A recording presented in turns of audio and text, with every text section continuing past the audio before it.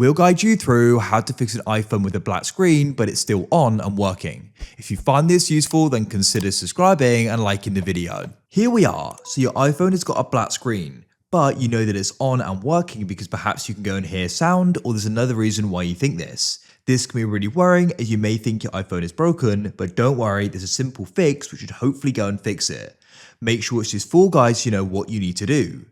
So what we're going to do here is a button shortcut. So what we can do is a force restart, and we can go and restart it just by using a button combination. So what you need to do is go and press the volume increase, decrease, and then come onto the other side and tap and hold the side button. That all needs to be done quickly and consecutively, and now go and keep this held down. The screen may just go and remain black, but don't worry. Keep it held down and only release it when you see the Apple icon. You can see it's now back on. If it still remains black for you, try charging it for 5 to 10 minutes and then try those same steps. Consider subscribing and liking the video.